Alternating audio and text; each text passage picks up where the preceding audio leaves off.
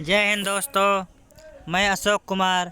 आज मैं आप सबको मानसून में जो आपदाएं होती हैं उनके बारे में बताऊंगा। माने मानसूनी आपदाएं के बारे में इस वीडियो में आप सबको बताऊंगा कि आपदाएं कितने प्रकार की होती हैं, कौन कौन सी आपदाएं होती है, इन सब के बारे में हम सब इस वीडियो में जानेंगे। तो यहाँ हमारा दिया सबसे ऊपर देख लीजिए क्या है दिया है। 1966 में सबसे बड़ी सूखा सबसे ज़्यादा कब पड़ा था? सन 1966 में। सन 1966 में सबसे बड़ी क्या सूखा वाली आपदा है आया था।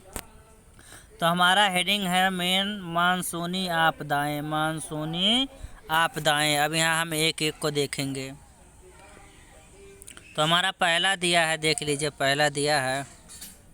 पहला पॉइंट है, मानसून से सामान्यतः दो प्रकार की आपदाएं आती हैं। जो मानसून है उनसे दो प्रकार की आपदाएं आती हैं, जिसे बाढ़ और सूखा कहते हैं। मानसून के द्वारा दो प्रकार की आपदाएं आती हैं, एक हो गया बाढ़, एक हो गया सूखा।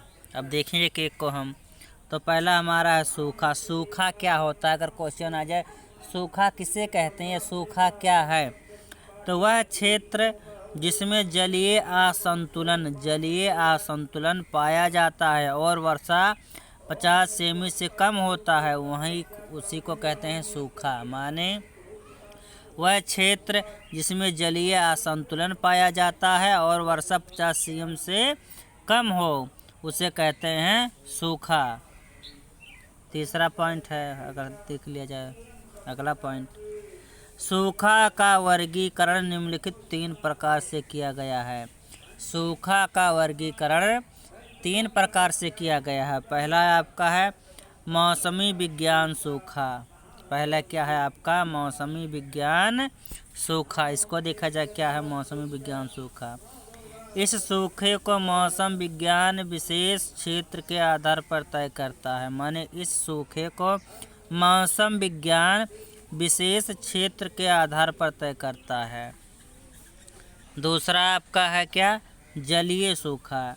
ऐसी परिस्थिति में जल के स्रोत सूख जाते हैं। जलीय सूखा जो होता है उस समय जो जल के स्रोत होते हैं क्या हो जाते हैं? सूख जाते हैं। माने ऐसी परिस्थिति में जल के स्रोत सूख जाते हैं। और तीसरा आपका है कृषिगत सूखा। तो कृषिगत सूखा को 2 भागों में बांटा गया। कृषिगत जो सूखा है उसको 2 भागों में बांटा गया है।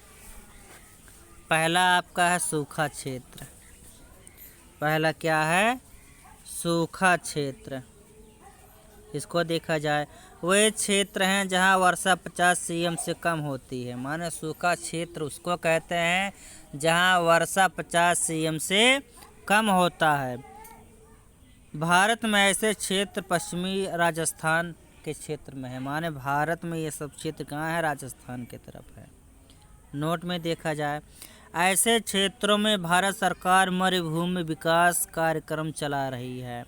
माने ऐसे सूखे वाले क्षेत्र में सरकार मरुभूमि विकास कार्यक्रम चला रही है। बी आपका दिया है, बी नंबर, सूखाग्रस्त क्षेत्र। क्या? सूखाग्रस्त क्षेत्र। इसको देखा जाए ऐसे क्षेत्र जहां वर्षा 75 सीएम से कम होती है उसे कहते हैं सूखाग्रस्त क्षेत्र। ऐसे क्षेत्र जहां वर्षा 50 सीएम से कम होती है। अगला पॉइंट है, भारत में ऐसे क्षेत्र जैसे उड़ीसा हो गया, तेलंगाना हो गया, उत्तर प्रदेश का बुंदेलखंड। माने भारत में ऐसे क्षेत्र में सूखाग्रस्त क्षेत्र या ऐसे क्षेत्र को सूखाग्रस्त क्षेत्र कहते हैं, जैसे उड़ीसा, तेलंगाना, उत्तर प्रदेश। अगला है, इन क्षेत्रों में सिंचाई के लिए स्प्रिंकलर का प्रयोग किया जाता है। किस क्षेत्र में? सूखाग्रस्त क्षेत्र में सिंचाई के लिए स्प्रिंकलर का प्रयोग किया जाता है। अगला पॉइंट हमारा है बाढ़। पहला हमारा सूखा खत्म हुआ, बाढ़। आपदाएं 2 प्रकार की होती हैं, एक बाढ़ एक सूखा। तो सूखा हमारा खत्म हुआ, अगला है बाढ़। बाढ़ क्या होता है? नदियों के जल द्वारा लाई गई विभीषिका को सामान्यतः बाढ़ कही जाती है। माने नदियों के द्वारा लाई गई जल, माने नदियों के जल द्वारा लाई गई विभीषिका को सामान्यतः बाढ़ कहते हैं। इसको देखा जाए।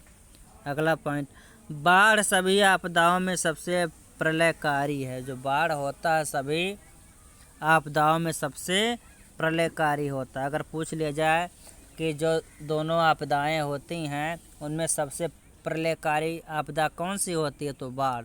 बाढ़ सबसे प्रलयकारी आपदा है। अगला है, बाढ़ का वर्गीकरण निम्नलिखित 3 प्रकार से किया गया है। जो बाढ़ का वर्गीकरण है कितने प्रकार से? 3 प्रकार से किया गया है। पहला आपका है, पहला देखा जाए क्या है। पहला, उच्च आवृत्ति वाले बाढ़ क्षेत्र। उच्च आवृत्ति वाले बाढ़ क्षेत्र देखा जाए वे क्षेत्र जहाँ प्रत्येक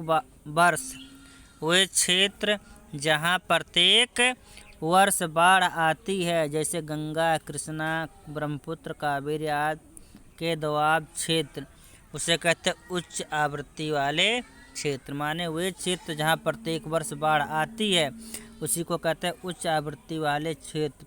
वैसे क्षेत्र कौन कौन से हैं? गंगा, कृष्णा, कावेरी, ब्रह्मपुत्र आदि इन जगह प्रत्येक वर्ष या बहुत ज़्यादा बाढ़ आती है प्रत्येक वर्ष। अगला आपका है मध्य आवृत्ति वाले बाढ़ क्षेत्र। अगला क्या है? मध्य आवृत्ति वाले बाढ़ क्षेत्र। इसको देखा जाए तो वे क्षेत्र जहां प्रत्येक 5 वर्षों में कभी बाढ़ आती है। 5 वर्षों में कभी बाढ़ आती है। ऐसे भारत के सभी मैदानी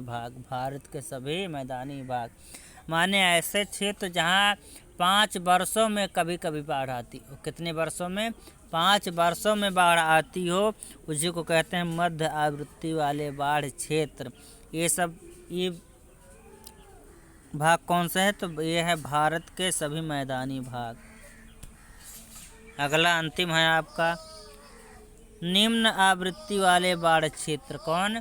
निम्न आवृत्ति वाले बाढ़ क्षेत्र वे क्षेत्र जहां कई दशकों में कभी बाढ़ आती है। वे क्षेत्र जहां कई दशकों में कभी बाढ़ आती है, जैसे राजस्थान, हिमाचल, हिमालय के पर्वतीय क्षेत्र, कच्छ का रण आदि। इन सभी को कहते हैं निम्न आवृत्ति वाले बाढ़ क्षेत्र। बस आज के लिए इतना ही। अगले वीडियो में आप सबको जीएस का एक नया टॉपिक बताऊंगा। अगर यह वीडियो आपको पसंद आया हो तो लाइक और सब्सक्राइब करना ना भूलें। जय हिंद।